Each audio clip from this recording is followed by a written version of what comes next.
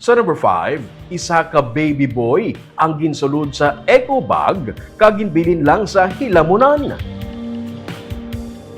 Ginatrace karon sa kapulisan kung sino ang ginikanan sang baby boy nga nakitaan sa sulod sang eco bag kaginbilin sa kahilamunan nga sakop sang Barangay 2 o kung sang Barrio 2, Barangay Guadalupe, San Carlos City, Negros Occidental.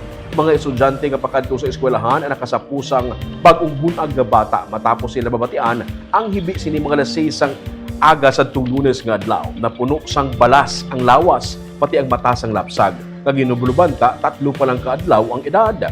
Ginsiling ni Police Captain Rodney Sarona, Deputy Chief sa San Carlos PNP, nga sa karon nagapabilin sa ospital ang bata kagyara na ini sa estable nga kondisyon. Gin-turn over ang lapsag sa paghinakop sang social worker sa Department of Social Welfare and Development.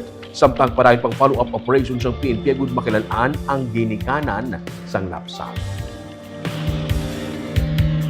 Continuous pa yapon to atong WCPD, conduct to sila follow up, coordinate to sila sa Barangay Guadalupe, sa mga nearest na bala nga mga hospital kag mga birthing center. As of now wala pagkikita idea kung sino gito ang mother to bala nga nag-abandon to. Ang infant to subong sa hospital, ang DSWD ta subong nagkuan to, asikaso man. Kina-check ta subong ang mga mga residents tadi. So far wala pa man ito nagkuan ta mga barangay official ta way sila na kuan kay base bala hindi man taga diha sa Barangay Guadalupe, base bala iban man nga barangay amo man ang gina continuous man ta kuan follow up to atong WCPD.